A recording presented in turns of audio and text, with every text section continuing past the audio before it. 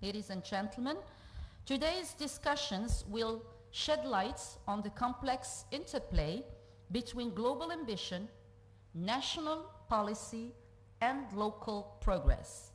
They will also remind us that the magnitude of the challenge requires structured governance, sound policy design, and consistent coordination, and that progress will depend on the administrative capacity to translate commitments into measurable outcomes. On behalf of ENSA, I wish you fruitful exchanges. May this event mark not only the beginning of a renewed dialogue, but also a catalyst for concrete action to better address climate change issues and challenges. And thank you for your attention.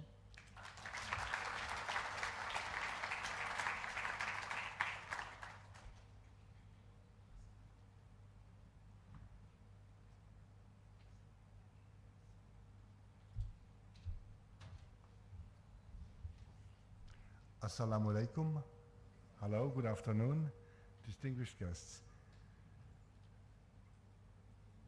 Esteemed Ms. Bies, we are very honored by your presence today, and we are very thankful for hosting this event and having signed this MOU with Hertie this morning. I think this is an expression of the mutual wish to intensify cooperation between ENSA and German institutions, ENSA and Germany in general. Dear Mr. Barawi, thank you for being with us. Where is he? Yeah, here. Your presence today is a proof of the very close cooperation between MTED and German institutions in all the fields of energy policy, climate change, renewable energy, and so on. Thank you very much for being with us today and opening this event with us. Dear Mr. Fahad, the Ministry of Economy and Finance is equally a long-standing partner of Germany in many corporations. Thank you very much for being ready to sit on the podium today with others to give some insight in share some of your experiences with climate governance in Morocco. And last not least, dear Ms. El Idrissi, from the big and vibrating city of Casablanca, I am very thankful that you will bring to us the crucial perspective of local politics, because that is where politics get real. Thank you very much. Sehr geehrte Damen und Herren von der Hertie School aus Berlin, Dr. Alter, Frau Gößling, Dr. Feist, herzlich willkommen. Vielen Dank für Ihren Besuch in Marokko und Ihr Interesse an der Zusammenarbeit mit Marokko. Ladies and gentlemen, also on behalf of Ambassador Dölger, who is in Germany to attend the conference of ambassadors right now, I would like to stress how much it is both a pleasure and an honor to welcome you today as we gather for this event on climate governance. It marks not only the launch of a new cycle of the Jeux d'ENSA, it is also the latest edition of the Embassy's Climate Talks, Rabat. And this is an opportunity to celebrate and reflect on the strong relationship between Germany and Morocco, which has developed and shown an unprecedented dynamic in the last years. Morocco has become a strategic partner for Germany, and we share a number of successful initiatives in renewable energy, infrastructure, vocational training, governance, and other fields. Our economic relations are thriving in the last couple of years. FDI from Germany and Morocco has increased tremendously. Trade volume is going up every year. So also there we have a wonderful development in the last years.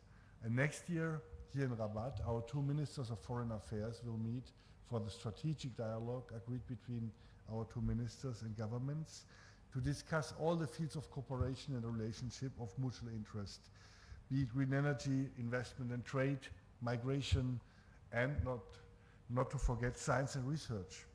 And there we are again with ENSA and the MOU we signed with Hertie today.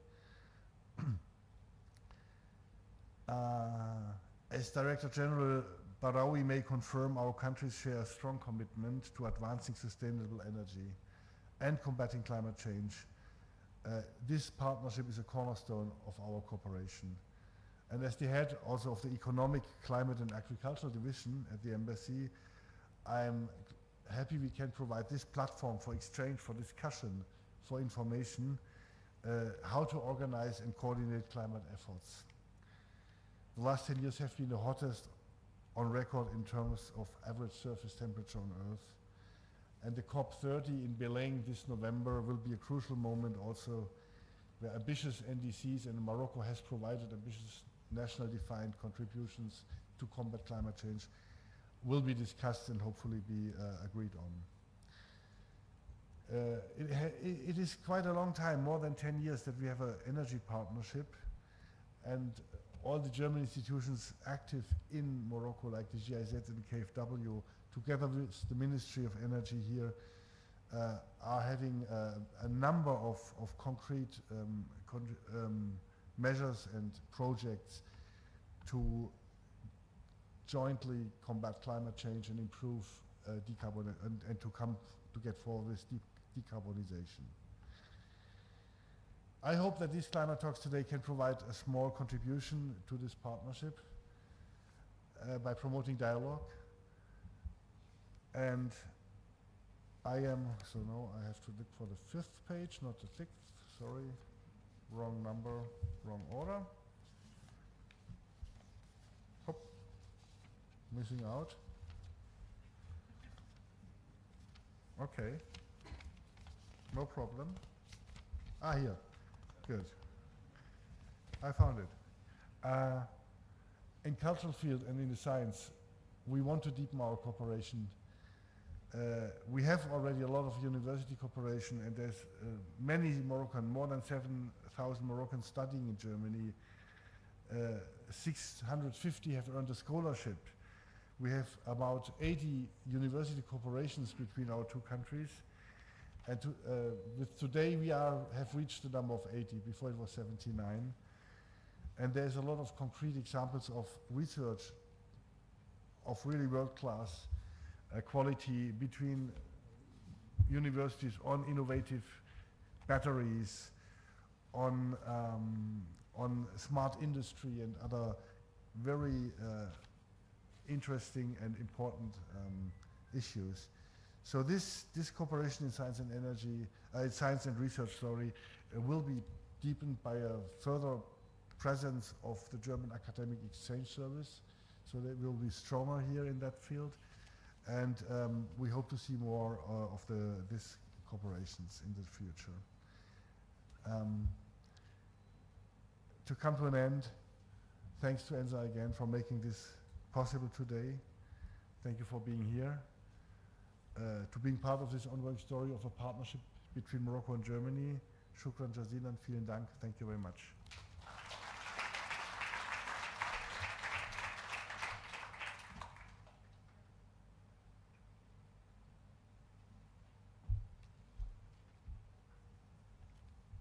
Assalamu alaikum.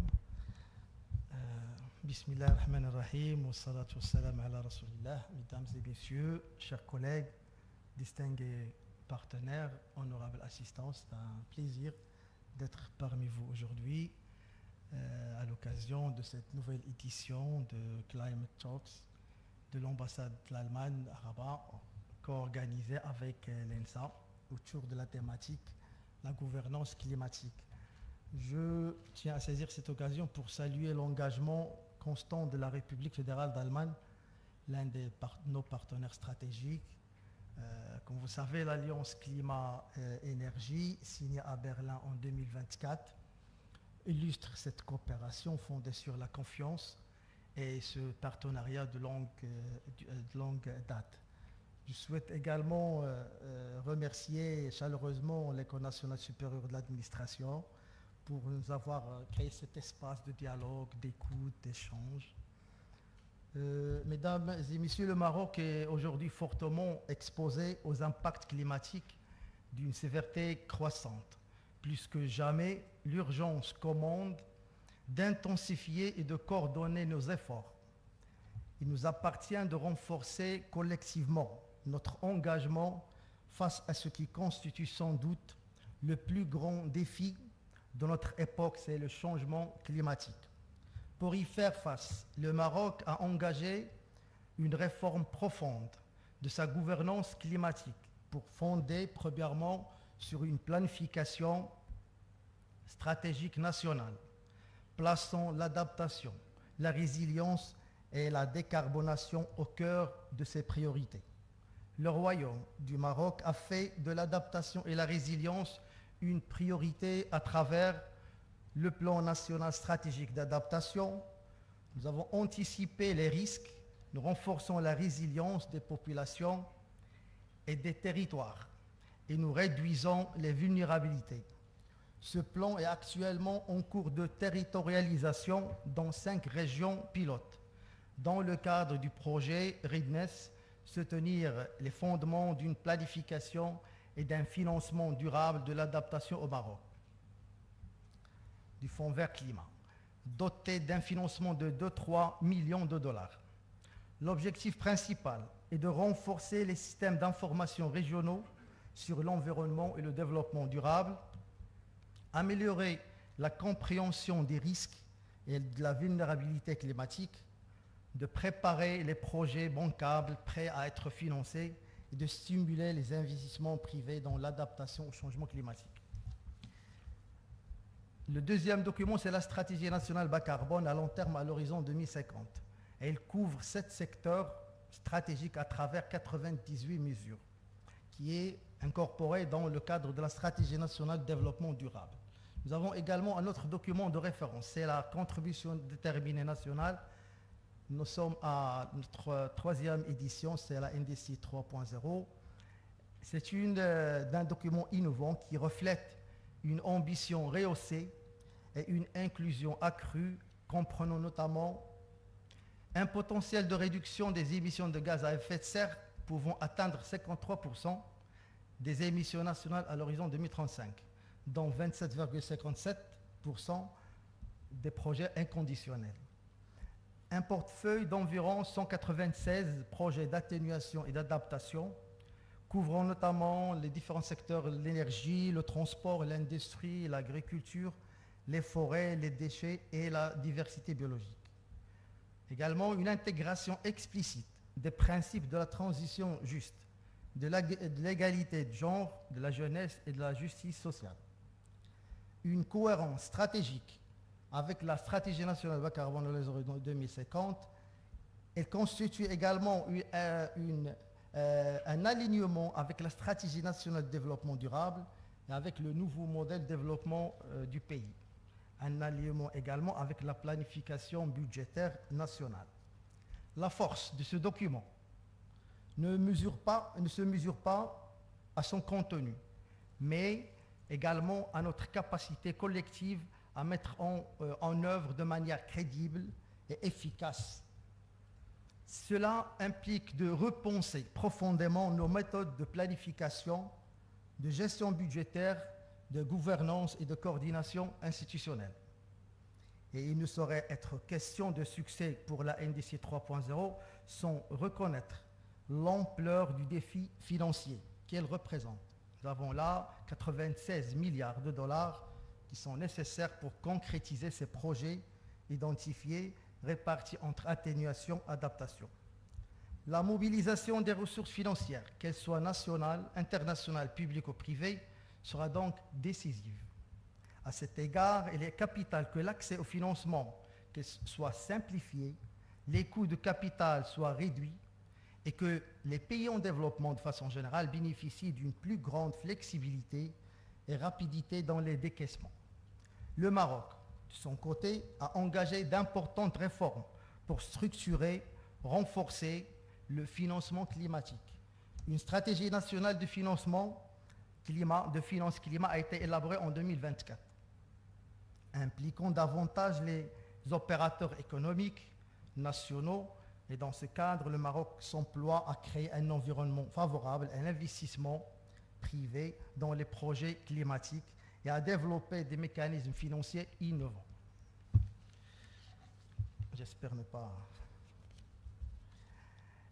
Parmi ces mesures phares de la stratégie nationale finance-climat, nous citons l'alignement des actions de la NDC 3.0 avec la programmation budgétaire triennale, notamment celle de 2026-2028.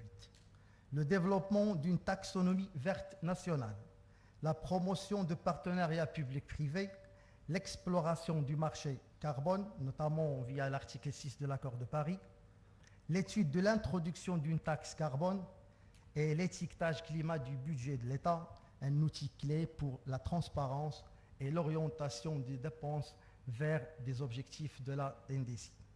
Au-delà des engagements internationaux, la réussite de l'action climatique repose sur une gouvernance territoriale renforcée, capable de mobiliser les acteurs territoriaux et de traduire les ambitions nationales en actions concrètes.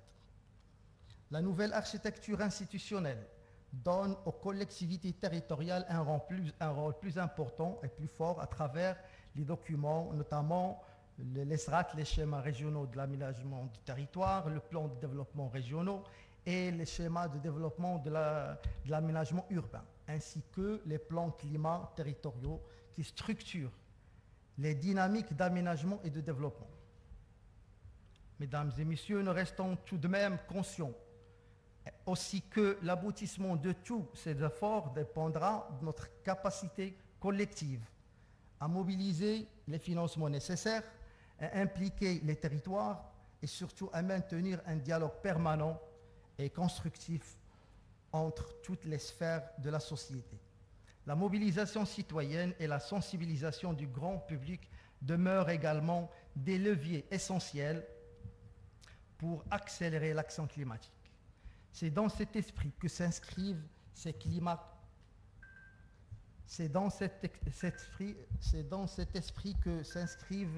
ces climate talks qui se présentent comme espace d'écoute, confronter des idées, partager les bonnes pratiques et tracer ensemble de nouvelles pistes.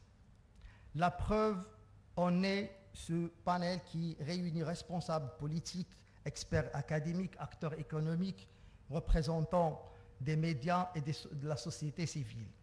Ce croisement des regards et des expériences est pour nous très précieux. Elle est la condition sine qua non à même d'une gouvernance climatique efficace, car la lutte contre le changement climatique ne se gagne pas seulement dans les négociations internationales ou dans les stratégies gouvernementales, mais elle se construit aussi dans les laboratoires de recherche, dans les entreprises, dans les rédactions, dans les collectivités locales et bien sûr dans le quotidien des citoyens et des citoyennes. Mesdames et messieurs, notre ambition est claire, faire de la politique climatique un levier de transformation systémique au service d'un développement durable, résilient, inclusif et juste. Il s'agit là d'engager un véritable projet de société, porté non seulement par l'État, mais aussi par le savoir académique, la dynamique entrepreneuriale, le relais médiatique et l'engagement citoyen. À juste titre, le climat n'est plus un domaine technique réservé à quelques experts, elle est une question de développement, de justice et d'avenir partagé. L'actualisation de la NDC, la mobilisation des instruments financiers et la transformation progressive de notre gouvernance, autant de chantiers qui illustrent notre volonté collective de faire du climat un moteur de développement plutôt qu'une contrainte.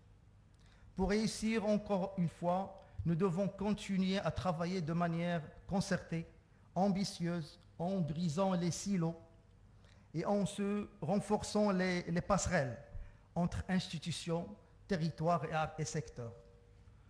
J'espère que les discussions d'aujourd'hui permettront de renforcer et de consolider les synergies, de rapprocher les mondes de la recherche et de la décision publique, de stimuler l'innovation économique et de renforcer la sensibilisation du grand public.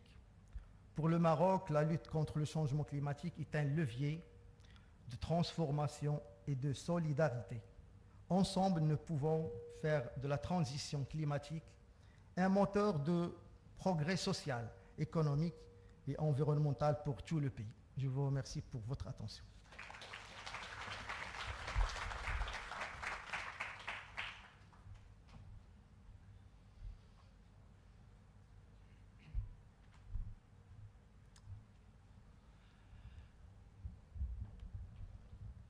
My name is Rolf Alter. I'm from the Hertie School in Berlin, and on behalf of the team led by Bernhard Knoll-Tudor, the director of the Executive Directorate for Executive Education, and Suzanne Göstling, our key manager of the process.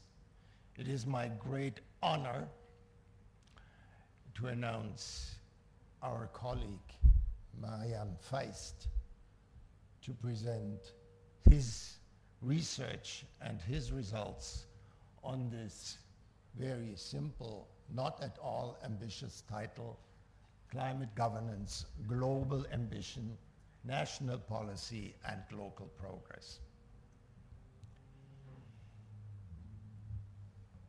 Dear Director General, Excellencies, ladies and gentlemen, and let me say, dear colleagues, we're very impressed by what is planned and what is already underway in Morocco. And I think Mr. Baraki made it very clear that this is a concept of a policy area that is complex, but of great urgency. Yes, it is a long-term project, but as we have seen in the recent past, the impact of not doing enough, I'm not saying of doing anything, but not doing enough, can be felt everywhere. And even in those places where for a long time people thought it's not so important that we already move. We have time. That's wrong. We don't have time. Climate is part of what we heard, sustainability. And I would even say it is part of not just sustainability in a very comprehensive understanding. Fortunately, we have a global convention on the Sustainable Development Goals. It's the only one where we can say countries around the world have agreed in 2015 to do something about it. And not just something, but 16 objectives. And one that deals with international cooperation.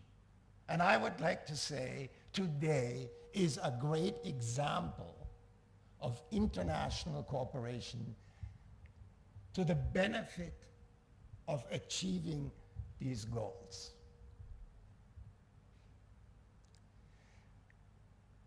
Why is it so complicated?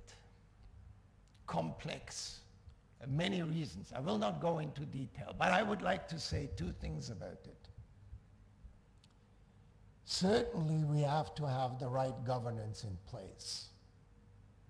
And it's a different governance that has to look towards synergies between objectives, trade-offs between objectives, and trying to make sure that we think in terms of coherence of policies, collaboration and coordination. Sounds easy when we speak about it. Governments around the world have difficulties to comply with the idea that collaboration, coordination, and coherence is always at the top of the agenda. And yes, it takes institutions to do so.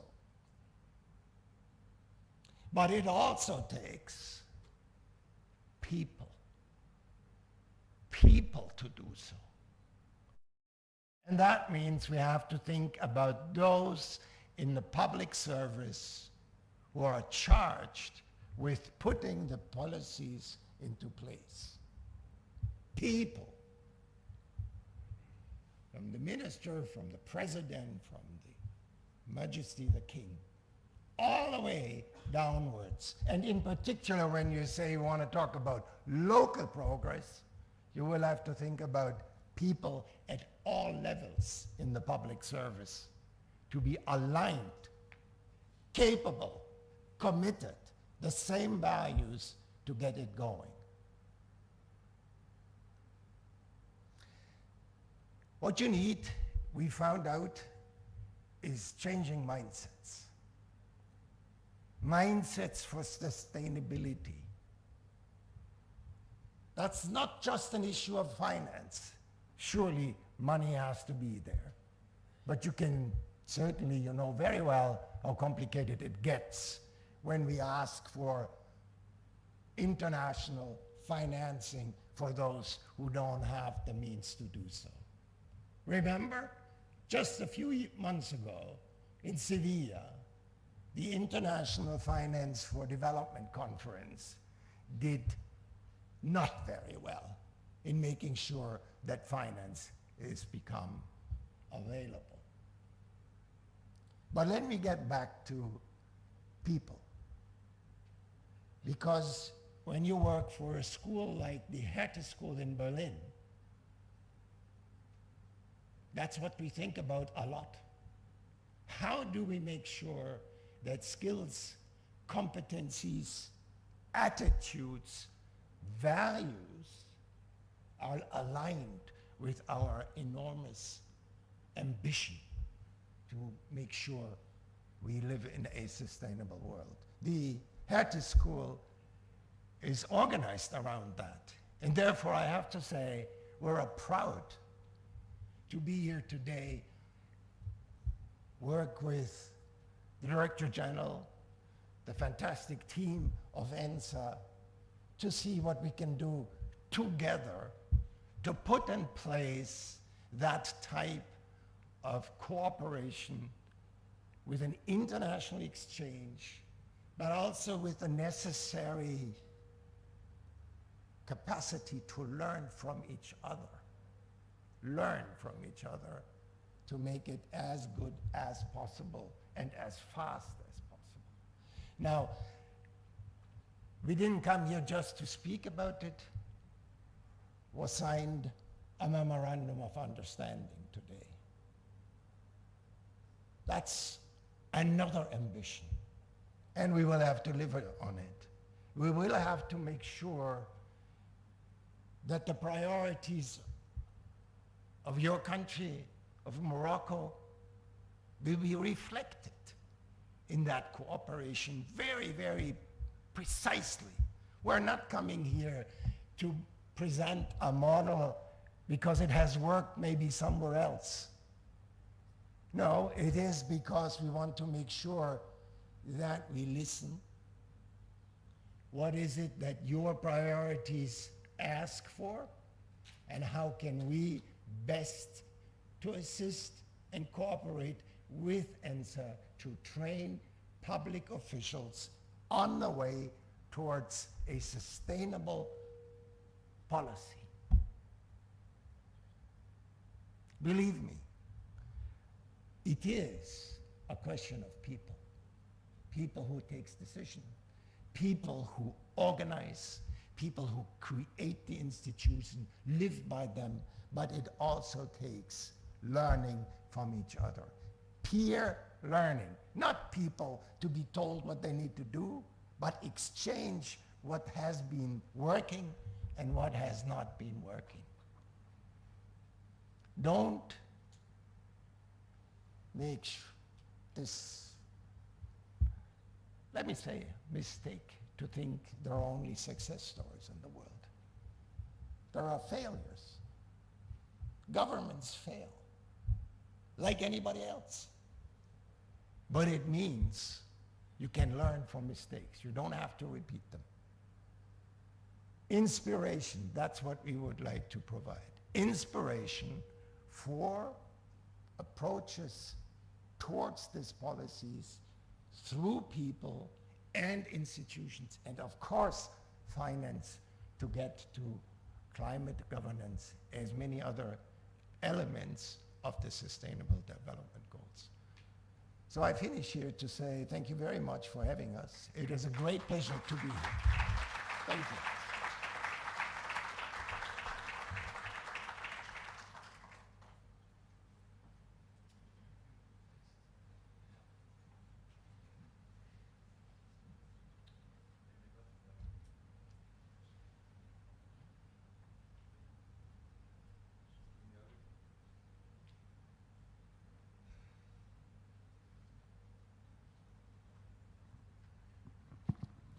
Thank you very much.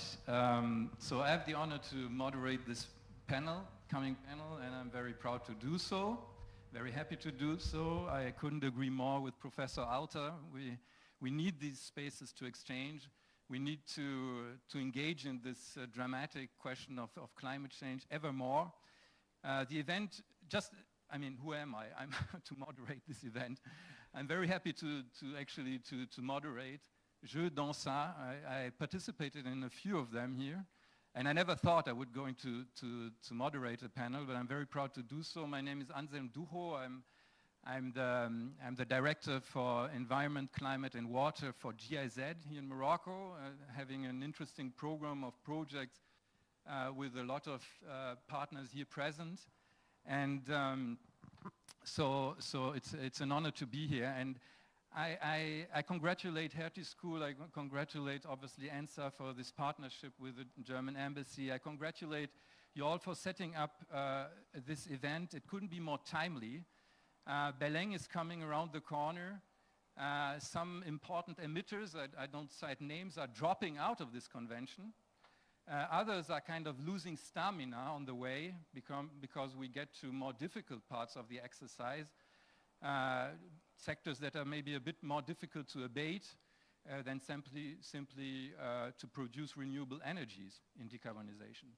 So we are in a difficult moment. We have to get together to see if we are on the right track, to see what we achieved already, what we can learn from each other.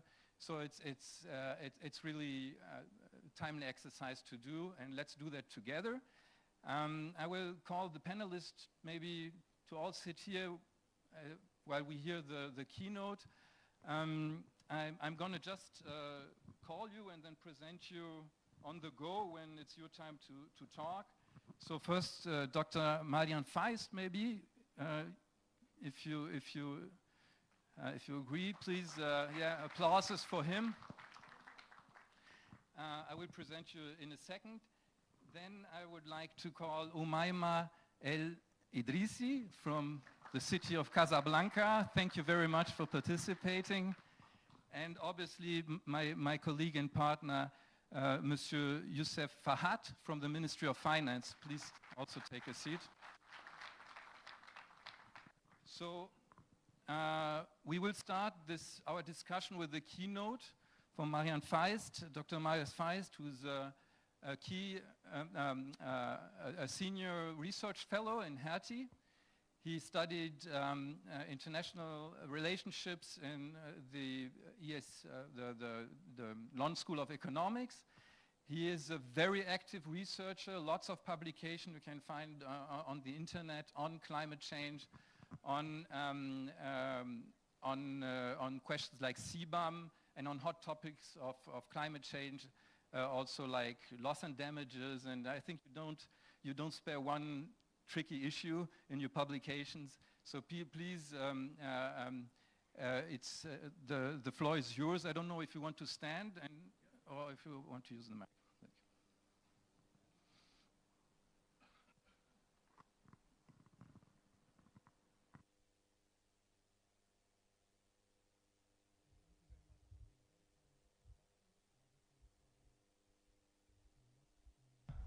This is better? Yes. So thank you again for the very kind introduction and also for the invitation to speak at this magnificent institution. So my purpose today is to introduce our discussion on climate governance really on all levels of policy making, the international, the national, and the local. So I hear there's a tournament coming up. Morocco is set to co-host the Football World Cup in 2030. So I'm just going to kick off, if you'll excuse the pun, our discussion today by starting with talking about the challenges on the international level. So giving a quick rundown of what the system for international climate cooperation looks like at the moment, how it developed, what the challenges are, and what we're going to do next, where we can go from here. So why, in my view, would it make sense to start at the global level? Well, climate change, echoing some of the things that we've heard in the introductory remarks already, is a truly global problem in the sense that it transcends borders. It doesn't really matter where greenhouse gases are emitted, but the consequences, the effects of climate change, the impacts are quite unevenly distributed across the globe. And from what I've learned in the past couple of days in conversations, Morocco is particularly exposed due to its geographic locations to some of those climate risks. Managing water scarcity becomes an issue from what I understand. So it makes sense then, if it's a global problem, to tackle it on the global scale as well. The issue is obviously that this is, as you can imagine, and as you probably already know, is not quite as easy. There are, as I said, it doesn't really matter where greenhouse gases are emitted, and those that have emitted greenhouse gases, or have either by selling those by selling fossil fuels or by profiting economically from using these fossil fuels, have obviously an interest to maintain the economic benefits that they have gained from this. On the other hand, climate action requires political, economic resources and investment to get going. And then this is sort of the classic telling of the prisoner's dilemma, the problem of international climate cooperation. In that sort of setting, none of the actors have really a strong incentive to raise up the ambition. But luckily, there's a system in place, an international architecture, the United Nations Framework Convention on Climate Change, based in our home country, in our former capital of Bonn. It's an international agreement, a framework convention in the sense that it doesn't provide any policies as such, but it's an agreement to talk more. And then under this convention, countries meet every year to discuss critical issues and come up with agreements for tackling those issues. But as you can imagine, this is very complex and very difficult to do. The United Nations Framework Conventions has no longer 198 members. We'll come back to that. So there are more members, more parties to the convention that there are members to the United Nations even. And part of there are several reasons for this. The European Union, for instance, is represented by its member states, but also as itself a member. And when you look at the most important milestones of this endeavor to, under the system of the United Nations, come up with a comprehensive and universal and legally binding agreement to tackle climate change. These are what I think are three really critical milestones in this endeavor that you should know about. So the first would be the agreement to reduce greenhouse gas emissions under the Kyoto Protocol, which had a couple of minor problems, but I'm going to focus on two major problems here. Or shortcomings rather. The first one being that not all countries had obligations to reduce their emissions under this Kyoto Protocol. And the second one being that it expired at some point, so it was no longer in effect. And then the attempt to create a successor to this agreement failed quite spectacularly, I could say, as a researcher, in Copenhagen in 2009, when countries tried to come up with a new universal, global, legally binding agreement that obligates countries to reduce their emissions. And there's all sorts of explanatory formats out there trying to make sense of why this happened. I'd like to highlight one, which is I'm afraid I must admit I'm old enough to remember that 2009, 2008 was the time of the global financial crisis. So in this time, countries maybe had different things that were really high on their priority list, rather than doing something about climate change, coming up with a new global agreement. So the idea was then, quite cleverly, to turn this logic upside down.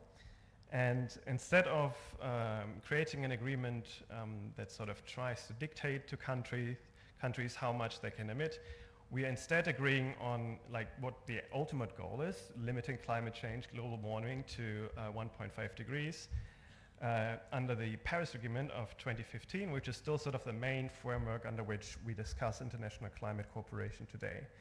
And the key thing here is that countries no longer have emissions built into the agreement that they must reduce, but each country reports by themselves how much they think they are able to reduce.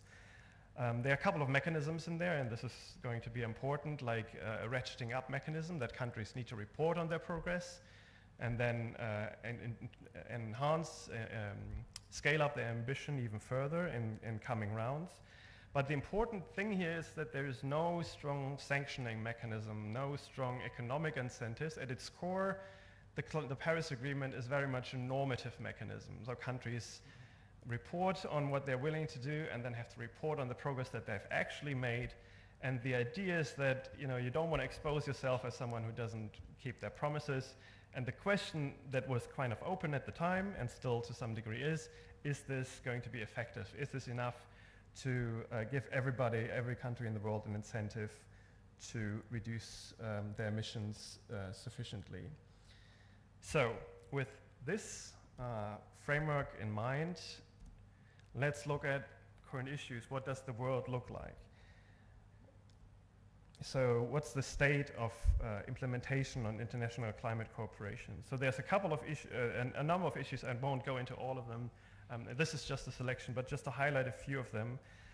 We've heard today already about just transition. We are now at a stage of international climate action where it's no longer just about making agreements on the global stage, but also about actually implementing them. And obviously, if you have to transition away your economies from using fossil fuels, an issue becomes how to do that in a way that those that are working in these in fossil fuel intensive industries aren't too badly affected by this transitioning away. So this is discussed under the label just transition.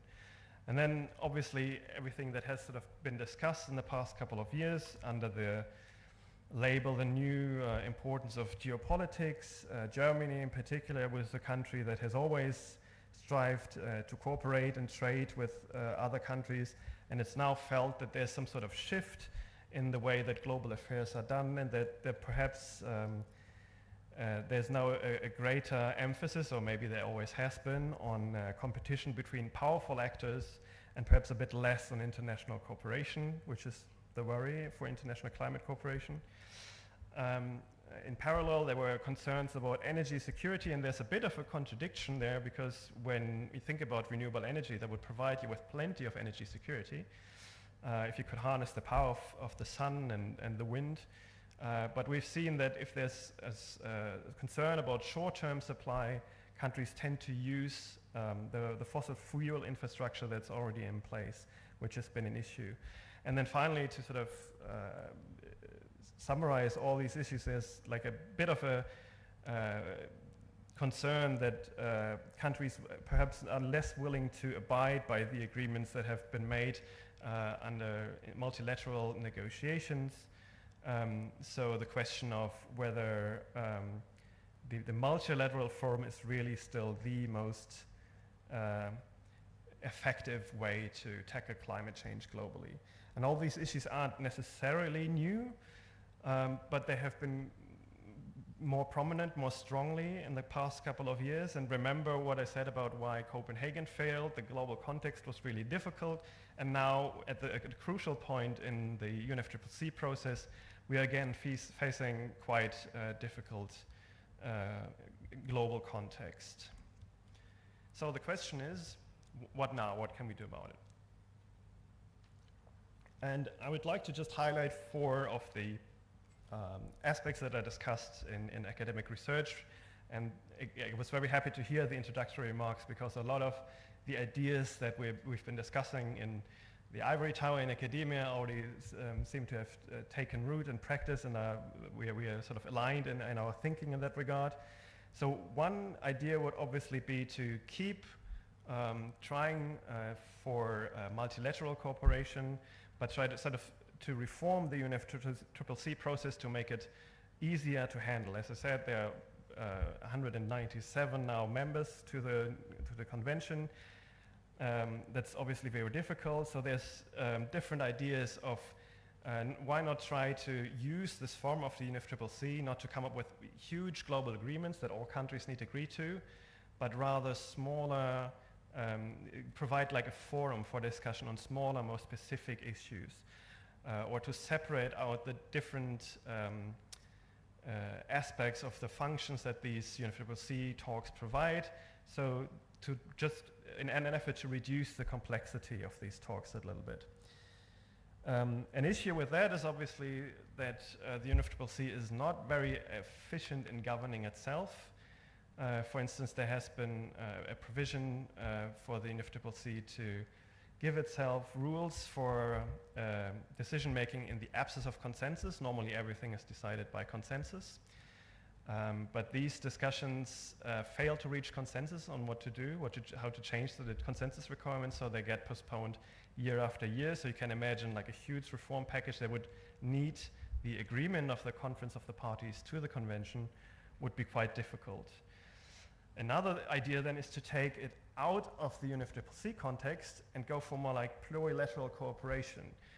Reduce the number of actors involved, the number of countries that you need to bring together to agree on effective climate action, and focus more on very specific aspects. And an example of this would be the Climate Club that was founded in the context originally of the G7 under the German presidency, and that Morocco has also joined, which has, I believe it's now 45 members, and that focuses on policy coordination for industrial decarbonization. So it has a really particular focus, and fewer members. New members are welcome to join, but all of these are attempts to sort of get into another forum that is not quite as complex and difficult to handle as the UNFCCC. And then finally, and again, this echoes things we have already heard, it's very important to have a global plan, a global vision, and a global agreement to tackle climate change, because it's a global problem, but where the actual implementation, the climate action takes place, that's the national and the subnational level. So you could focus more on, take the Paris Agreement as it is and focus more on where the implementation takes place, cities, regions within states, or you could focus more on harnessing the economic dynamics that have already developed. Renewable energy is now available more cheaply than it was ever before. And again, due to its geographic locations, Morocco has vast potential in developing its renewable energy further, and it has a very strong declared ambition on this. And so another idea would just to foster those dynamics and see if those would lead to an economic dynamic that would sort of circumvent the need for a larger political agreement. And I would like to leave you with this rather optimistic thought that maybe we have been all too pessimistic all along. So when people who are concerned with climate research talk of a tipping point, they usually mean that at some point global warming is becoming so bad that something happens, and then the global warming will accelerate even further. But what if there's a different kind of tipping point? This was a graph that was in The Economist a couple of months ago that shows that the predictions for the increase in global capacity for renewable energy generation have consistently underestimated the actual increase. So this leaves you with the thought that if you could foster this dynamic, you'd end up in a world where fossil fuels would be phased out, not just because it's politically decided and politically the right thing to do, but because there's also an economic incentive to do this. And with this kicking off the discussion, I very much look forward to the conversation with all of you, and thank you for your attention.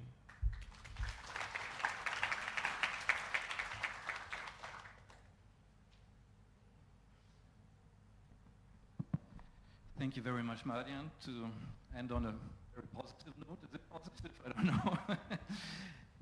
Thank you for reminding the history of the UNFCCC and going into ideas of how to actually maybe be more efficient in global governance. We'll come to that later, because we've got here very active national and subnational players around the table. But now, first, I would like to ask Omi El Idrissi to make a first reaction to this from your perspective. Let me introduce her to you. She's got a very impressive biography. I don't know how you did that in your short lifespan. So she studied economics and social sciences, also in England, SOAS, and then went to work for a big bank in New York, and then decided to make a radical switch and go to Moroccan politics, and was elected the youngest ever elected, ever we don't know, but at least in this legislature, the youngest member of the City Council of Casa. She's member of the cabinet of the mayor, and is engaged in environmental politics, urban environmental politics, and in youth work. So you've been representative to the UNFCCC, to two COPs already, 28, 29. And in Dubai, you'll be talking about that. And you have been awarded a youth change maker. And from your perspective now, the first question I would want to ask you is, like, when you hear this in the summary, do you, and also Marian already gave a hint to this discussion on the subnational level and how to further include that in the negotiations. So you've been to the COPs, how does it feel? I mean, do you feel cities and municipalities are well represented, have a voice in international climate policy already, or how do you see that? Well, first of all, thank you so much for the invitation. I'm very happy to be here today. Thank you to the German Embassy, and also to Lensa for giving us the platform to represent local governments such as Casablanca city, and be able to speak about what we do to, get involved in climate action, and also educate the people and raise awareness about like the urgency of our world. So yes, Casablanca has been represented in the COP28 in Dubai for the first time. I think it was the first African city to be represented in such a big space, such a COP. And we really wanted to be the first African city to do that, because we really believe as a local government that we need to be involved in climate action. It's not only national government that can get to go to COP and advocate for climate action. Cities actually need to do that, because we are the one who are responsible of 70% of CO2 emissions. We are the most populated areas in the country, and also we are the one confronted to climate risks more. Cities are the one confronted to climate risks more. And the good thing about it is also we are able to act very quickly compared to national government. Local government have the possibility to act very quickly. That's why we need to be able to go on global stages and advocate for more financing, more decision-making power.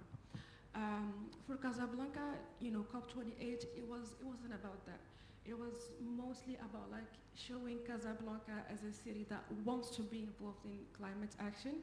We're doing a lot of stuff. I'll be talking about it later. We're implementing a lot of projects in terms of climate action. So COP28 was more about like putting Casablanca into the global stage, showing to the world that we're really dedicated to climate action and to the 1.5 degrees pathway. and also get more financing. And I think we were able to do that because 5 years ago, we were allocated $500 million, I think, a loan from the World Bank to implement the tramway and complete the BHNS, which is a new type of busways that we have in Casablanca. So I think it's because of the work that we do on a global stage, such our attendance in COP28, that we were able as a city to have access to global loans from the World Bank. So, but do you need the convention at all to do all this? Well, yes, because how are you going to show to the World Bank that you are really dedicated to climate action? You know, Morocco, such an African country, are at the same time we are very centralized and decentralized. But Casablanca is not like other cities. Like, we don't have the same climate objectives as cities like Chefchaouen or Mohammedia or even Rabat. We have 4.5 million people in Casablanca. We pollute a lot. We produce a lot of CO2 emissions. We lack drinking water. We lack green spaces. So we need financing. We need to raise awareness. We need to be able to advocate for things like that. That's why we needed, as a city, to be able to go to COP28 2 years ago and actually advocate for our causes, and I think we kind of succeeded. As I said, we were able to get a loan from the World Bank to develop our public transport system. Yeah, amazing, amazing. So we have in Morocco not only national champions that were presented by Director Badawi, really recognized ambitious level of the NDCs and of the energy transition and a lot of other climate action, also in adaptation, obviously the priority of the country, but we also have champions on the local level, remarkable, with all the socio-economic problems a city like Casablanca has. It's really amazing that you find the time to actually also look into what international objectives there are, how Casa can have a contribution, and how to, and how to have a transition also on the urban level. So thank you very much. But we'll go a bit deeper in the next round. But now I'm really pleased to introduce Youssef Fahad. So he's also political science from education. He's got 15 years of experience in the Ministry of Finance in different positions, but especially involved in development finance, relations to international partners and bankers. So it's not the first time he discussed the question where the money is best invested into climate change, I guess. So we obviously know him as, and profoundly appreciate his work. We from the development community, because of his engagement and mastermind behind the Unity the Ministry of Finance created here in Morocco, which is called the Unité Climat, and which actually discuss how the Ministry of Finance can, fulfill his role, his responsibility for ambitious climate politics. So we work quite intensively on a number of issues together, which we are very proud of. And the first question maybe I wanted to ask you is, how would you define that, the role of the Ministry of Finance in Morocco or any other country with regard to ambitious climate policies? How do you see that? And please feel free to also answer in French. It's a bilingual event. Only maybe, Marianne, you would probably need a translation. Thank you very much.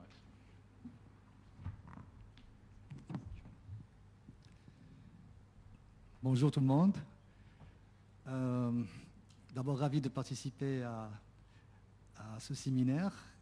Merci à l'ambassade d'Allemagne, merci à l'ENSA de cette invitation. Alors, je vais essayer de parler sans langue de bois. Le ministère des Finances, ici au Maroc et ailleurs, ils ont la réputation d'être des bureaucraties financières sèches. On n'a pas de sentiment pour le climat, on n'a pas de sentiment pour la planète, ni pour l'environnement.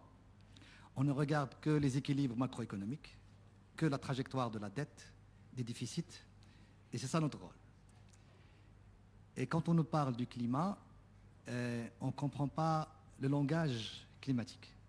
On ne sait pas ce que c'est que conditionnel et inconditionnel, ce que c'est qu'atténuation et adaptation, ce que c'est que marché carbone. Donc c'est des concepts qui n'entrent pas dans le jargon qu'utilise le ministère des Finances. Et si vous regardez la loi organique des finances, qui est la constitution financière, on ne trouvera pas d'allusion aux aspects environnementaux des politiques publiques. Donc on a été embarqué dans cette aventure beaucoup plus par pragmatisme que par conviction. Et je le dis tout de suite, la gouvernance climatique est complexe. Pour une raison très simple, c'est que le changement climatique n'a pas la soudaineté d'une crise financière. Il n'a pas la brutalité d'un tremblement de terre. Il est insidieux, il avance silencieusement, il peut fragiliser les récoltes, il peut assécher les nappes, mais il n'enlève pas les toits des maisons en une seule nuit. Et donc, le fait qu'il soit insidieux nourrit le doute. Et le doute, automatiquement, il freine l'action. Et du fait que si bien au Maroc qu'ailleurs, il y a une pluralité d'acteurs, entre multinationales, sociétés civiles, chacun avec des objectifs divergents, il y a une asymétrie des intérêts, il y a des acteurs qui cherchent la domination, d'autres qui cherchent la survie, d'autres encore la compétitivité. Donc le fait, il y a également des perspectives différentes des uns et des autres, font que cette gouvernance, elle est souvent morcelée et elle est fragmentée. Et je pense que, et ça peut-être je dirai un mot plus tard, sur des biais qui faussent l'action publique aussi bien au Maroc qu'ailleurs. Nous avons par exemple des biais de court-termisme. On préfère traiter une sécheresse immédiate qu'un objectif en 2050. Nous avons des biais de statu quo et d'inertie qui font qu'on a beaucoup de mal à abandonner un système énergique carboné, mais qui profite à beaucoup d'acteurs. Nous avons également un autre biais, celui du free rider bias, c'est-à-dire le passager clandestin. Chaque acteur souhaite que les autres font l'effort, parce que le climat, c'est un bien public mondial, et donc on préfère que les autres le font. Il y a aussi une sorte d'injustice qui est perçue par les pays du Sud, parce qu'ils payent le prix d'un changement climatique qui est causé par le Nord. Donc, un certain nombre de biais qui font que l'action collective n'est pas tellement efficace. Alors ici au Maroc, si on veut parler un langage de vérité, si vous abordez un gouvernement de façon frontale avec la question climatique, il va vous dire « j'ai d'autres chats à fouetter, j'ai d'autres problématiques et priorités à traiter ». Mais si vous identifiez des clés d'entrée qui permettent in fine d'arriver au même objectif, vous pouvez réussir. Donc je vais en quelques idées résumer ce que je viens de dire. Prenons par exemple la question du CBAM, la taxe qui sera imposée par l'Union européenne à ses frontières. Elle exerce une pression certaine sur l'industrie exportatrice au Maroc. Donc on a cette obligation de nous adapter, d'adapter notre tissu productif pour qu'il soit compétitif. Si on prend par exemple le textile, nous avons des coûts de compétitivité meilleurs que la Roumanie, que la Turquie, que la Tunisie. Parce qu'on a une main-d'œuvre dont le coût est très bas. Mais aujourd'hui, avec le chiffrage de l'empreinte carbone, notre exportation en textile deviendra beaucoup plus chère. Et donc on a une obligation de nous adapter, encore une fois par pragmatisme. Si on regarde par exemple la question de l'emploi, on est en train, aujourd'hui c'est une priorité du gouvernement, et on essaie d'identifier des gisements, les potentiels d'emploi. On les a trouvés où au juste? Dans une filière qui s'appelle les énergies renouvelables décentralisées. On s'est rendu compte que les infrastructures liées aux énergies renouvelables décentralisées permettent de créer beaucoup plus d'emplois. Donc la grille ou la clé d'entrée, c'est l'emploi. Venons-en maintenant au financement. Puisque moi je travaille dans le financement, ben, on a aujourd'hui une pression qui est exercée sur nous par nos partenaires. Pratiquement tous nos bailleurs de fonds exigent aujourd'hui des projets à caractère climatique pour pouvoir bénéficier, bien sûr, de leur accompagnement financier. Donc, on ne le fait pas par gaieté de cœur, mais on le fait par obligation. Donc, aujourd'hui, avec la KfW, l'Union européenne, la Banque mondiale et autres acteurs, on a des programmes sur la transition juste, sur l'économie verte, mais on regarde la complexité de la mise en œuvre de ces programmes-là. Par exemple, quand on veut travailler sur la gestion des déchets ménagers, qui est une composante très importante de ce programme sur le climat, on se rend compte qu'il faut bousculer les business models des opérateurs. Quand on parle du tri sélectif, on est très loin du compte. Quand vous prenez par exemple des plastiques en verre, jaunes, noirs, etc., les opérateurs vous disent on n'est pas prêt. Donc, comme vous l'avez rappelé tout à l'heure, vous avez dit que c'est une question d'engagement des citoyens, de comportement. On regarde d'autres programmes, on trouvera la même difficulté. Bien. Autre chose, quand on veut maintenant sortir sur les marchés financiers internationaux, même si le Maroc dispose d'une bonne signature à l'international, aujourd'hui, les investisseurs internationaux nous interpellent sur l'utilisation de leurs fonds. Est-ce qu'elle va servir l'économie brown ou est-ce qu'elle va servir l'économie verte? On dirait qu'ils ont un sentiment de culpabilité et donc ils essaient de relayer leur agenda à travers ce financement-là. Donc on est obligé aujourd'hui de préparer des cadres pour réussir les green bonds. Et donc l'idée de créer cette unité climat au sein du ministère des Finances, il rejoint un peu ce pragmatisme dont j'ai parlé. Donc on a une unité climat qui est composée de plusieurs directions. Chaque direction, bien sûr, a un métier. Moi, j'appartiens à la direction du budget, donc on travaille sur la budgétisation verte. Et pour nous, c'est un axe très important, le fait de travailler sur le budget vert, parce que c'est le budget qui permet de convertir les intentions en actions. Si vous n'avez pas un budget étiqueté vert, vous avez beau développer de beaux discours, des narratifs, ça ne marche pas. Parce que le budget, il est fait de nomenclature, et la nomenclature, elle stabilise le comportement des ordonnateurs, des acteurs. Ils ne peuvent pas dépenser autrement. Et donc, le fait qu'on ait cet étiquetage vert nous aide à orienter la dépense vers les aspects climatiques. Et cette dépense verte nous facilite l'élaboration du framework sur le green bonds. Quand on veut sortir, émettre de la dette sur les marchés, si on n'a pas un cadre analytique qui nous dit qu'est-ce qui est vert, qu'est-ce qui ne l'est pas.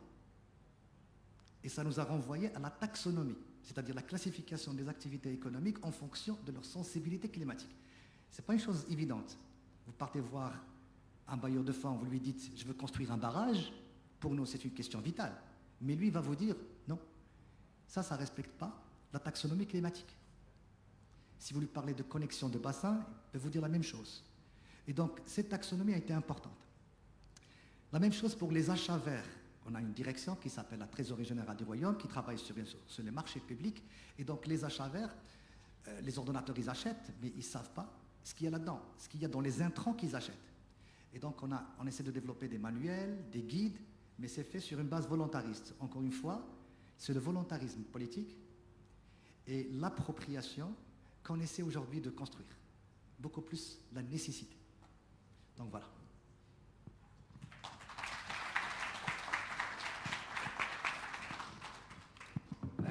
Alors merci beaucoup. Je crois qu'on a reçu déjà une première impression de la complexité de cette transformation dans laquelle nous vivons. Et ça, c'est intéressant. Oh. So I think we got a first impression on the complexity of the transformation we are talking about.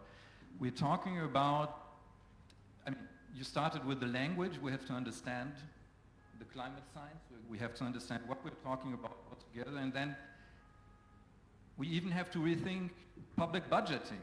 We need new forms of taxonomy, budget tagging, we have to understand the green bonds. And I think this is an issue that is particularly important also in this school of public administration. Public administration is probably going to change, if I understand you right. But then maybe I give you the chance, before we open for questions from floor, is maybe Was it a provocation? You said, I mean, we actually, it's also opportunism, because we know what the donors want. But at the end, there's a little advantage also for the economic development of Morocco, or not? Or are you doing it to fulfill international agreements, these investments and these changes and this transformation you just described?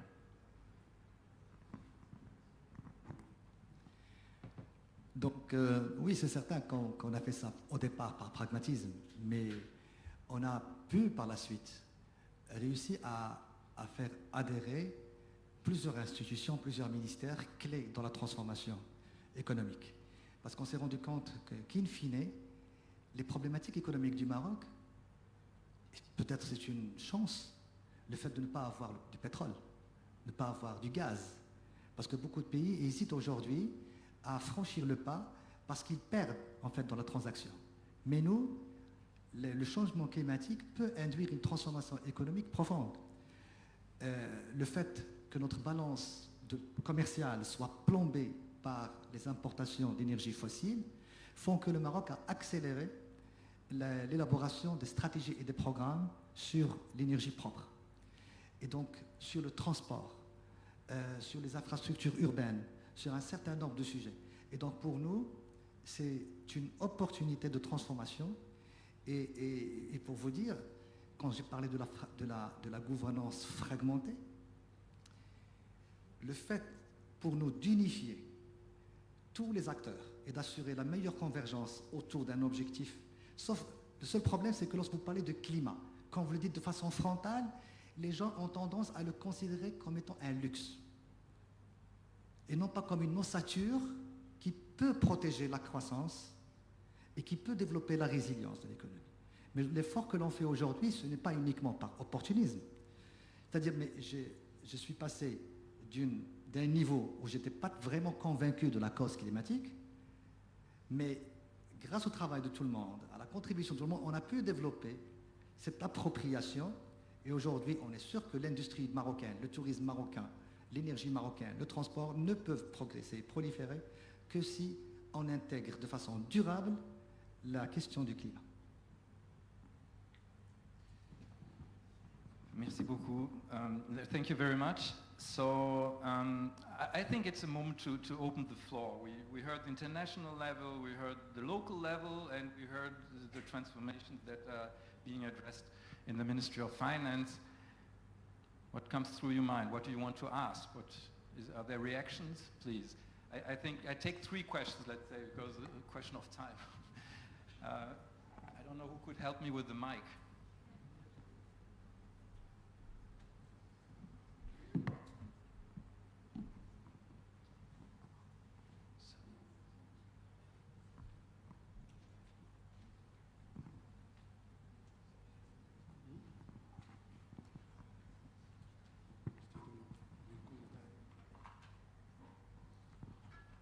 Okay. Please. Mustafa Rabi'i is my name. I'm a student at the National High School of Administration. Well, before joining this prestigious and beloved school, I have served in the Ministry of Education as a teacher of English for a long period. During this period, I have been conducting some workshops tackling the themes of the environmental themes, some micro activities I mean. And during these activities, my students used to sing happily, "The earth is my home, I promise to keep it healthy and beautiful. I will love the land, the air, the water, and all living creatures. I will be a defender of my planet. United with friends, I will save the earth, I will love the earth." So this lovable song signifies the importance that the Ministry of Education caters for this topic. It's true to say that this is not officialized and institutionalized through the curriculum, but it comes in the context of some partnerships with, like the British Council and some non-governmental American organizations.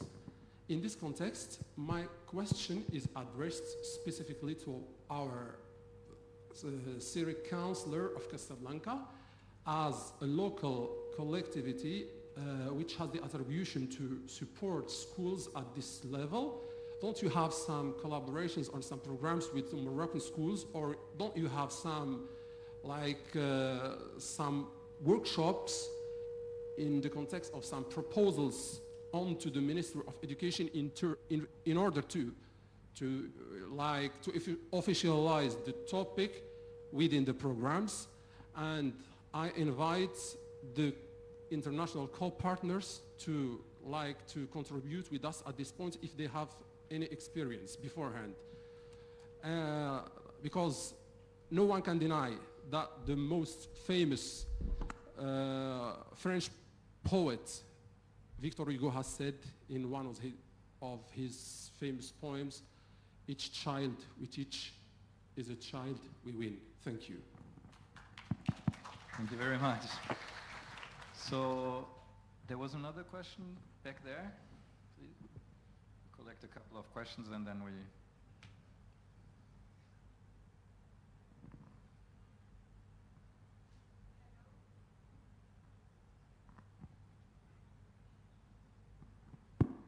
Okay, that's better. Hello, thank you very much for inviting us for this interesting conference. My name is Leila Mikou. I'm Sustainable Development Director at CDG Capital. As we all know, Morocco is about to host the World Cup.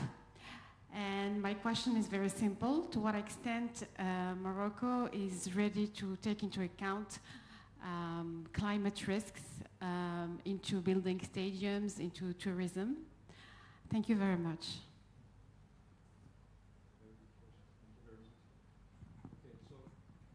Okay, so we take two, Mr. Badawi and somebody back there. There are lots of questions. So please be very brief and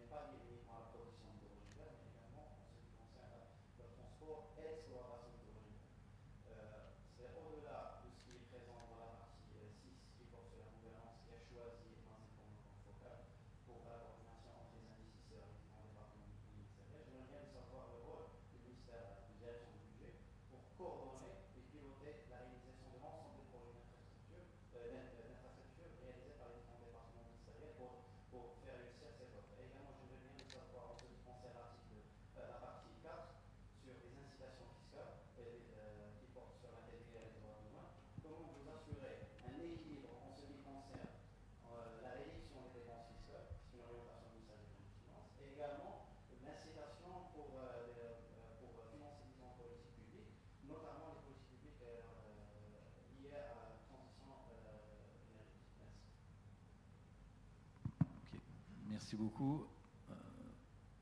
Comment on fait maintenant? On prend peut-être encore les questions les plus urgentes, monsieur Badawi. Il y a encore une et après on fait un autre round.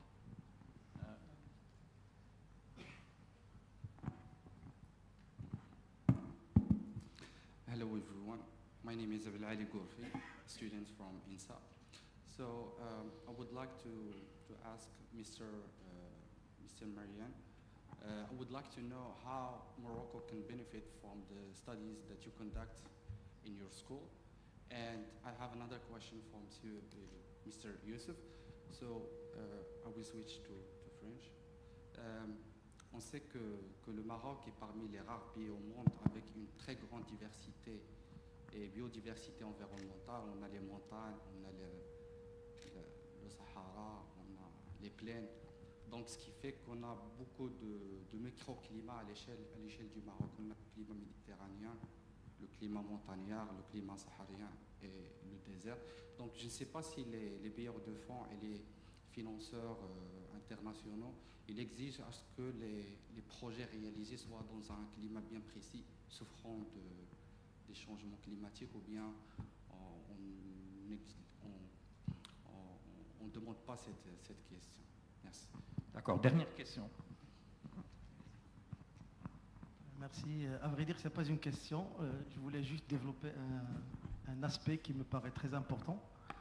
Donc, pour laisser bien évidemment le temps pour les questions, pour la dimension gouvernance de l'action climatique. On a beau de parler des documents stratégiques, la stratégie nationale de carbone, la contribution nationale déterminée, et puis le plan national d'adaptation, les documents de référence stratégiques.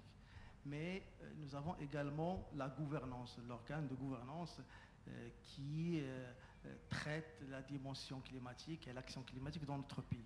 Je fais allusion à la Commission nationale du changement climatique et de la diversité biologique. C'est une instance nationale dans laquelle sont représentés les différents départements ministériels, la société civile, le secteur privé, les banquiers, les entreprises. Donc c'est une instance d'agora, de réflexion, d'émission d'avis et de recommandations à soumettre au top management du pays. Là, au sein de cette commission, nous avons des sous-commissions. Une sous-commission climat, une sous-commission diversité biologique. Et au sein de chaque sous-commission, nous avons des groupes de travail. Ce sont des groupes d'experts, des universitaires, des gens de terrain qui composent ces groupes de travail. Nous avons le groupe de travail atténuation et résilience qui traite et discute, examine les difficultés, les problèmes qui sont en relation avec cette thématique. Nous avons également le groupe de travail afférent l'adaptation et la résilience. À côté du changement, de l'atténuation, l'effort de l'atténuation, nous avons également le groupe de travail finance-climat et nous avons le groupe de travail sur les négociations internationales. Puis la sous-commission diversité biologique où il y a le groupe de travail sur les conventions internationales et puis le groupe des experts qui traitent les dimensions techniques des conventions. Là, je vais revenir sur la question de la fragmentation de la gestion de l'action climatique dans notre pays. C'est vrai, on reconnaît qu'il y a l'action climatique dans notre pays a un caractère transversal. Il touche monsieur tout le monde. Tous les départements sont concernés. Il y a toujours une dimension climatique qui est présente dans notre stratégie, notre plan de travail, action, feuille de route. Il y a toujours la dimension climatique par nature qui se trouve là. Mais je crois que l'organe de gouvernance qui est la commission climatique, elle est fonctionnelle. Et là, ces modalités de fonctionnement, elle est opérationnelle. Il y a déjà un rapport national de l'activité de la commission qui est là. Elle discute et elle a tenu un certain nombre de réunions qui sont officielles, à laquelle on prépare différents départements.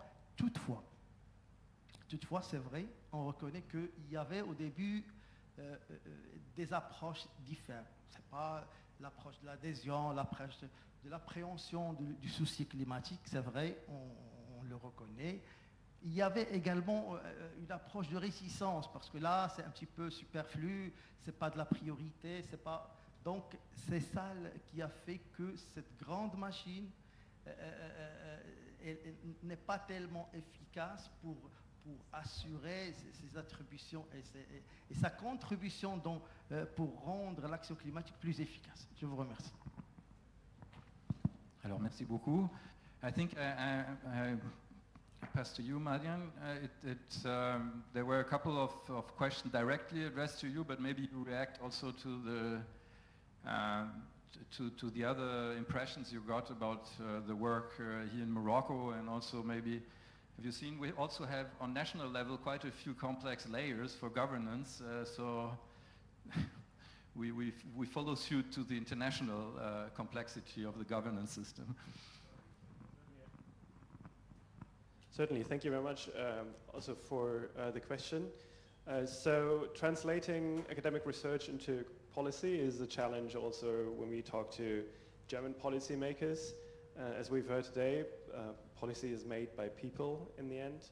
And as academics, we sometimes think in very broad strokes, also in very specific issues, but then with a very particular lens. And sometimes I talk to policymakers in Germany and they're very interested, ask very good questions about the research that we're doing.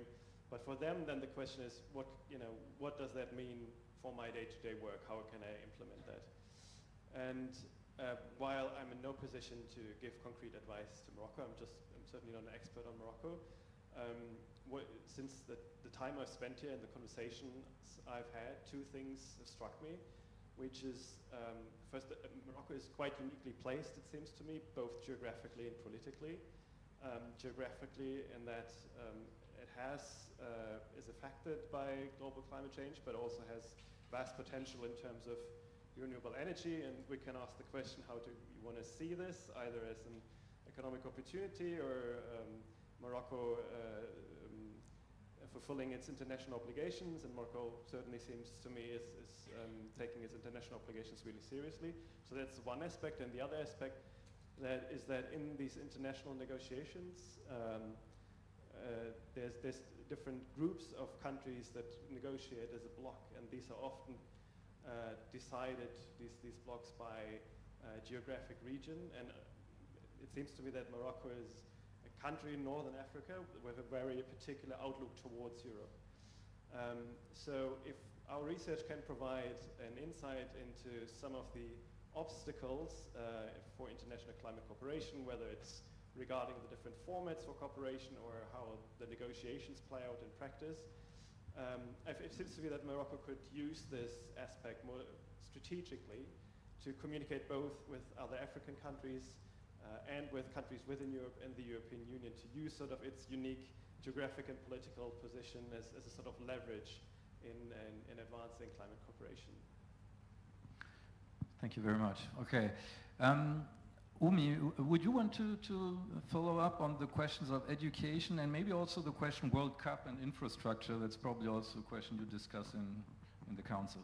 Sure, yes. So the thing that I really want to add about this is, like, Casablanca has a very ambitious action plan in terms of climate and resilience.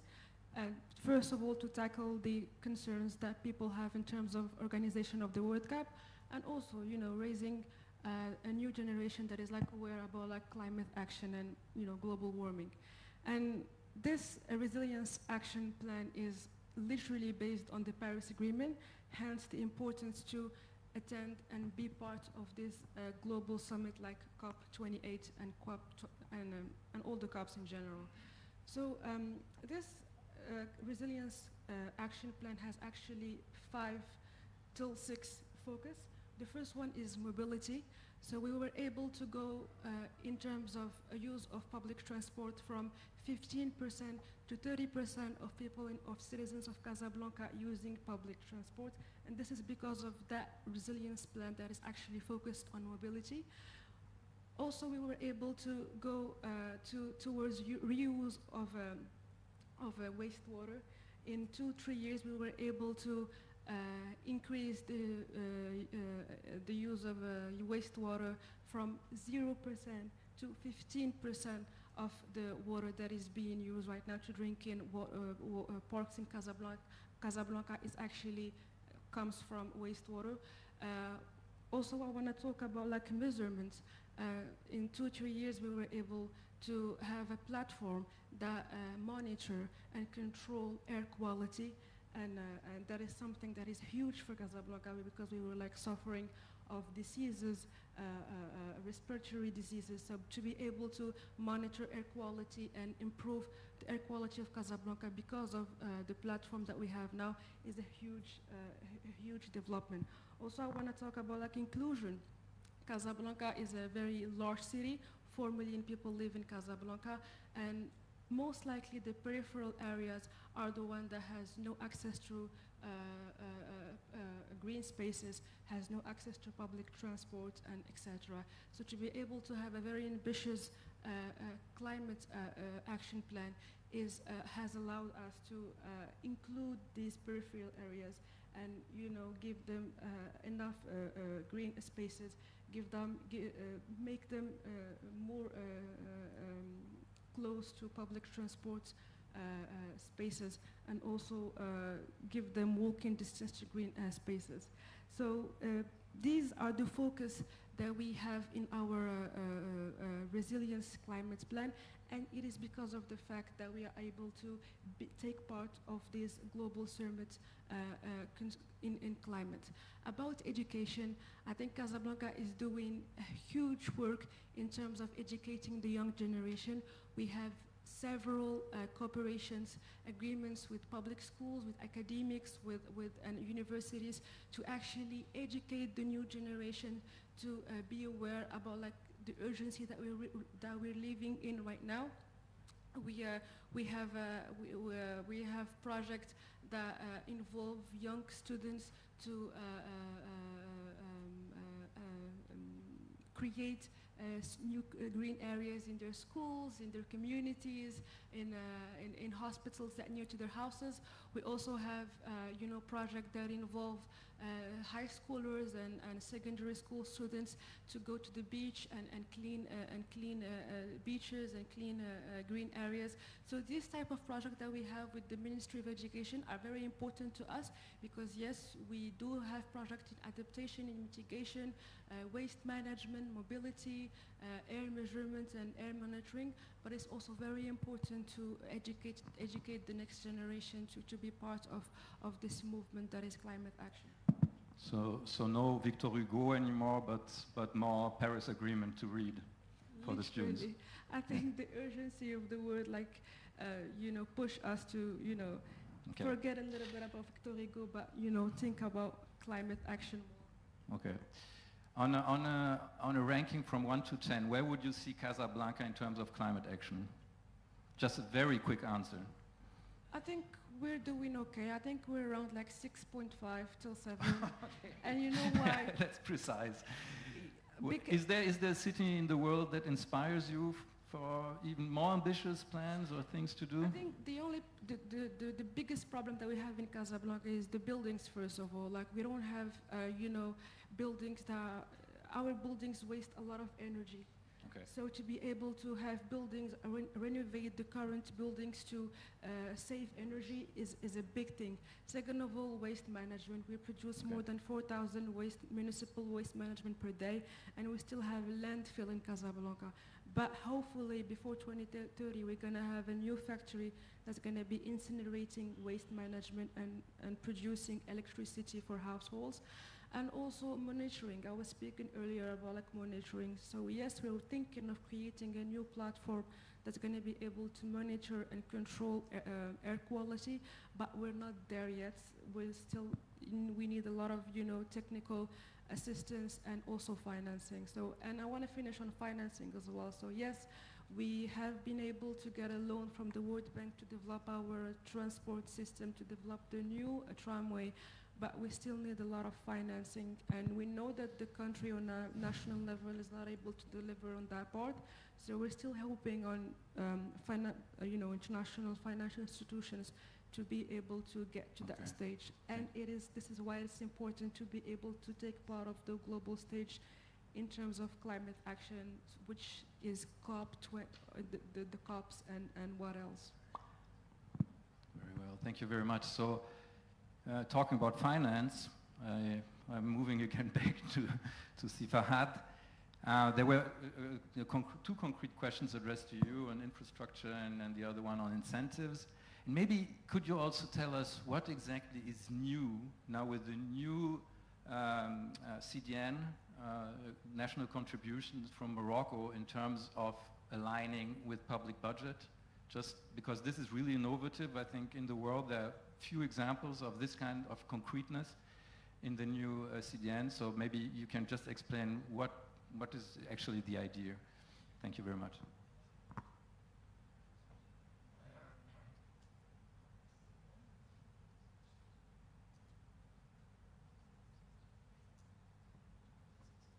Merci. Donc, je pense que les questions, je les ai recensées. La Coupe du Monde, l'hydrogène, la préférence des bailleurs de fonds, les dépenses fiscales et l'autre question sur l'alignement CDN budget. Donc je ne suis pas expert dans toutes ces matières, mais je vais essayer quand même de répondre de façon assez pédagogique. Disons d'abord que la direction de budget, on a compris depuis longtemps que le développement, ce n'est pas une question uniquement de financement. Ce n'est pas le budget qui fait la différence. Ce ne sont pas les lois, ce n'est pas les réglementations. C'est surtout, pour nous, comme vous l'avez rappelé, le mindset. Et je veux même dire le comportement. Et M. Rancel, il sait très bien ma passion pour les sciences du comportement. Il sait très bien qu'il y a tout un courant de pensée économique qui prend le changement des comportements, éventuellement par les nudges, par l'étude des sludges, par l'architecture des choix. Donc il y a même les prix Nobel d'économie en la matière. Et donc nous sommes convaincus au ministère des Finances, en fait, à la direction du budget, qu'il faut intégrer ces approches-là dans l'ensemble de nos politiques publiques parce qu'ils visent, en fait, à modifier, à faire évoluer les comportements des citoyens, des usagers, des consommateurs, des institutions, etc. Il y a également notre approche que nous privilégions, c'est la question du type de leadership que nous devons mettre en place. Aujourd'hui, la question climatique n'est pas un défi technique, c'est un défi adaptatif. La différence est très simple. Pour les défis de nature technique, vous connaissez le problème et vous connaissez une partie de la solution. Mais pour les défis adaptatifs, il y a juste un malaise. Il y a des symptômes, vous ne connaissez pas le problème et vous ne connaissez, bien sûr, vous ne connaissez pas la solution. Et donc, l'idée est de faire émerger une sorte pas de consensus, mais d'accord entre plusieurs institutions, plusieurs acteurs, et identifier ensemble des solutions complètement innovantes, qui n'étaient même pas présentes pendant que le problème a été créé. Donc, par rapport à ça, on a demandé l'appui de nos bailleurs de fonds de nous aider sur pas mal de sujets, d'intégrer cette dimension-là. Aujourd'hui, vous voulez instituer la taxe carbone. Vous avez vu l'expérience en France. Quand il n'y a pas l'acceptabilité politique et l'acceptabilité sociale, ça ne marche pas. Le fait de faire juste un dispositif technique, de faire des lois, de faire plus d'investissements, ça ne marche pas.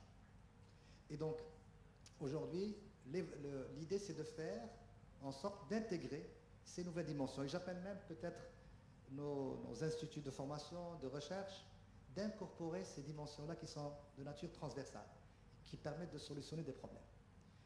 Donc, tout cela pour dire, par exemple, sur la question de l'hydrogène, et là, je vais faire la connexion.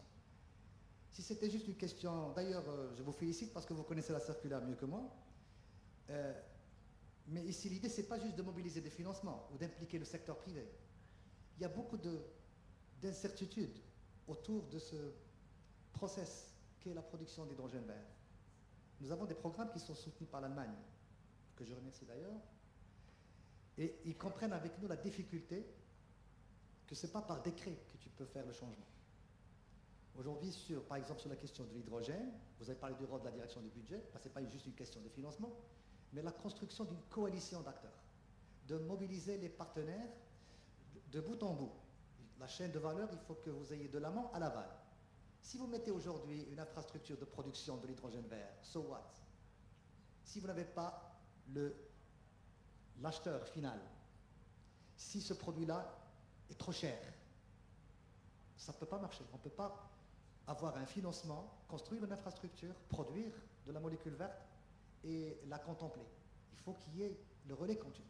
Et donc nous demandons à nos partenaires de nous accompagner également dans ce process. Et c'est là où je rejoins le slogan de Liverpool, You never walk alone. Il faut que nos partenaires aient le même slogan avec nous. Il faut qu'ils font the journey avec nous.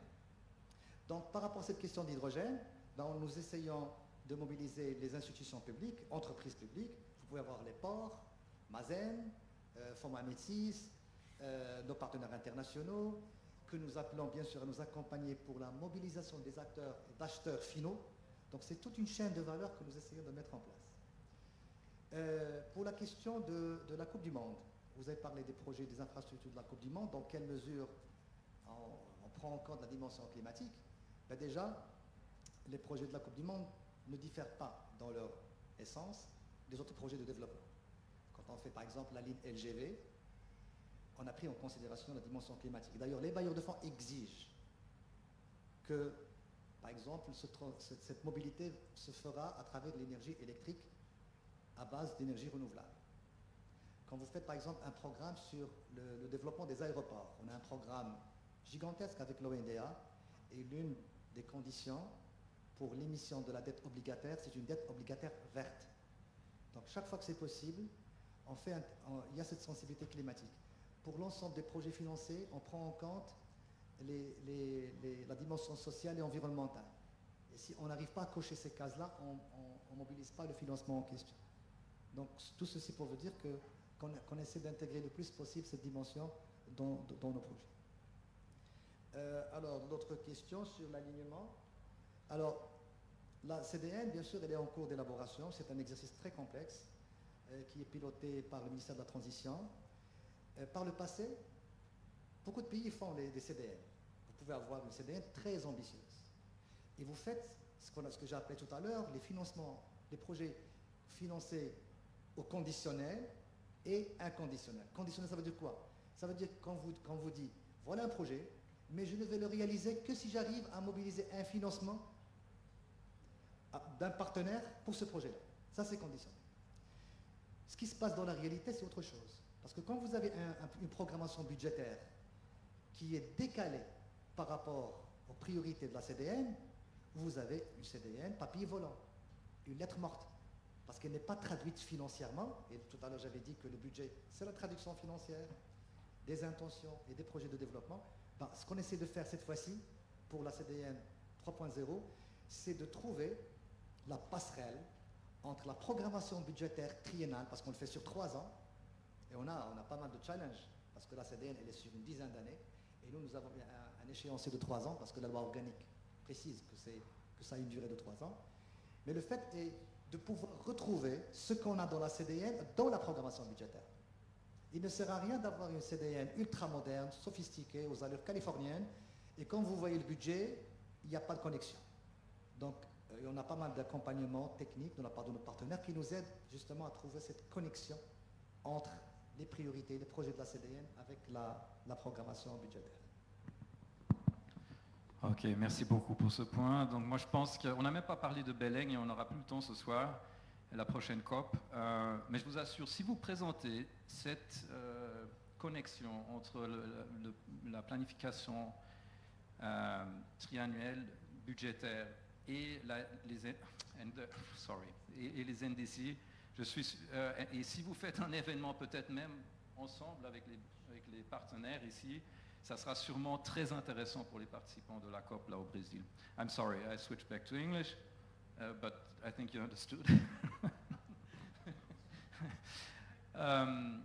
So actually I wanted to make a very short last round with only one question and the same question for all of you, which is what are your recommendations you would give to ENSA now to educate the next generation of climate champions in public administration? Who wants to start?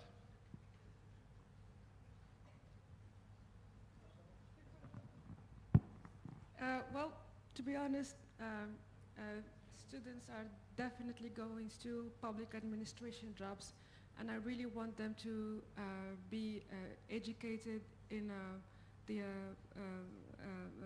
climate action topic, because I spoke about like how local government is very important into implementing projects that are resilient and working to help the city develop in a sustainable way. It is also very important to have public administration officials and people aware about the situation. They actually can read the rule, can read the urgency of the situation, because it's very hard. I'm going to give a practical example how in Casablanca where it went from 50 million dirhams to a budget dedicated to waste management to 500 million dirhams dedicated to waste management, because we literally switched from landfill to incineration. And for us to be able to convince a whole city council made of 130 city councillors to be able to, first of all, make them aware about like why it is very important to have a factory that incinerates instead of having a landfill, and why it is going to cost us money, but it's not waste money, it's actually money that are going to be invested in the long term, and we do have a lot of, you know, good sides coming from it. To be able to convince that sometimes it takes money, time, it takes money, and sometimes it doesn't even work. So that's why it is very important for the next generation to graduate knowing that the country is going towards a direction. And Mr. Farhad said it, the big financial institutions are requiring for the project to be financed that they have a green requirements. So it is very important for the public administration people to also be aware of the situation, and not only be aware but to be convinced about climate action and actually work towards it and work toward implementing projects that are respectable to our environment, respectable to our people, and can actually guarantee the needs of the next generations as well. So yeah, that would be my recommendation. Thank you very much. Farhad, you want to continue? En fait, je n'ai pas de conseils à donner à l'INSA, c'est des spécialistes. Nous sommes très fiers des lauréats qui travaillent au ministère des Finances, et j'ai le plaisir également d'accompagner certains de ces étudiants, et je suis très content du niveau qui est le leur. Maintenant, si j'ai quelques petites suggestions, c'est de composer avec les évolutions futures. Nous avons un futur qui sera dominé par l'intelligence artificielle, et l'intelligence artificielle répond à toutes les questions. Donc ce qu'il faudrait faire, c'est savoir poser les questions, beaucoup plus que de trouver les réponses. Parce qu'il y aura toujours cette source de réponse qui est facile et accessible. Et deuxième chose, c'est qu'on va traiter de plus en plus avec l'incertitude. Et quand on traite avec l'incertitude, cela impacte le processus de la prise de décision. Nous avons un grand problème, pas uniquement au Maroc, mais partout dans le monde, sur la decision making. Et cette formation, cette spécialité de former les jeunes sur comment on peut prendre des décisions dans des environnements complexes où règne l'incertitude et l'aléa, c'est une compétence à part. Donc je ne plaide pas pour une spécialisation, mais beaucoup plus pour ce type de discipline transverse. Vous avez par exemple également les sciences comportementales dont j'ai parlé. Vous avez ces questions de leadership. Tout à l'heure, il y a quelqu'un qui m'a dit je fais de très bonnes analyses dans tout ce qui est transactions boursières, mais je prends toujours la mauvaise décision. Et en faisant un peu de recherche, il a dit que en fait, les analyses, je les fais dans le cortex du cerveau, mais que la décision, elle est prise dans le cerveau limbique. Donc, c'est pas la même source. Donc, travailler cette partie-là est très important. Donc, le fait d'incorporer ce type de programme me semble bénéfique pour l'école. Merci beaucoup. It's all about mindsets. We started with these words in the conference, and now we're back to the mindset. What is your take on this question?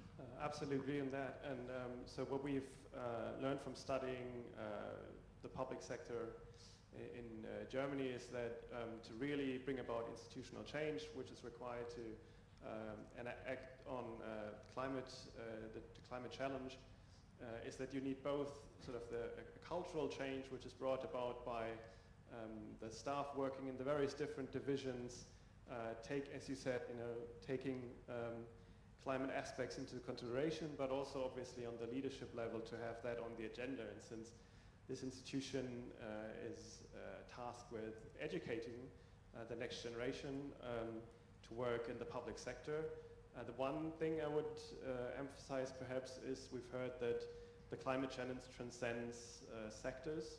So to obviously think about climate action, climate policy specifically, but also when you think about different aspects of policy making, economic policy, educational policy, be sure to include the connection with climate change to make sure that regardless of whether you're educating specialists that then end up working specifically on climate change or in other areas of government, they are aware of the challenges and can sort of incorporate them into what they're doing.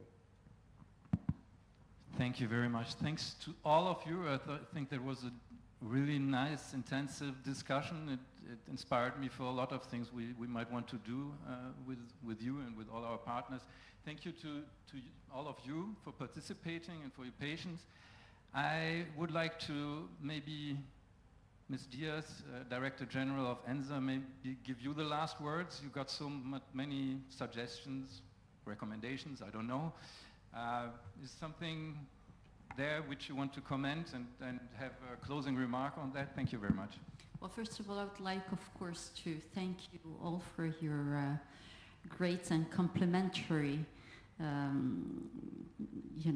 interventions.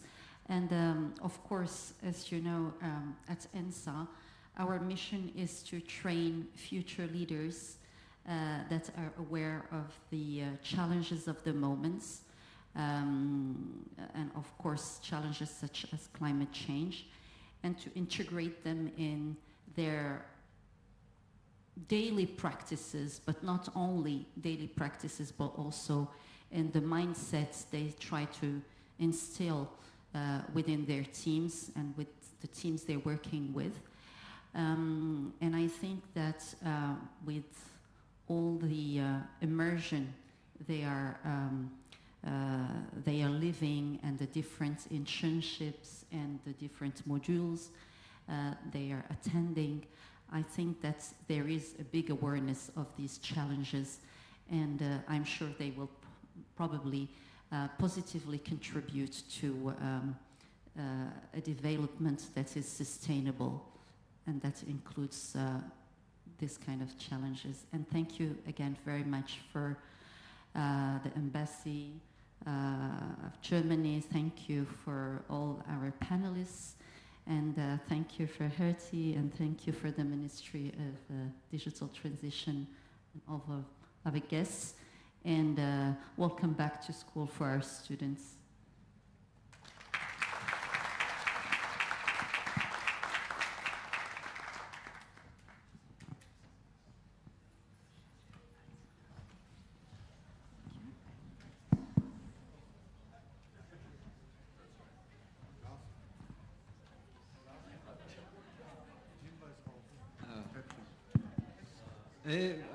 And there's a small snack downstairs for those who want to stay and network a little bit. Et en français, il y aura une pause café en bas pour ceux qui veulent encore discuter le sujet.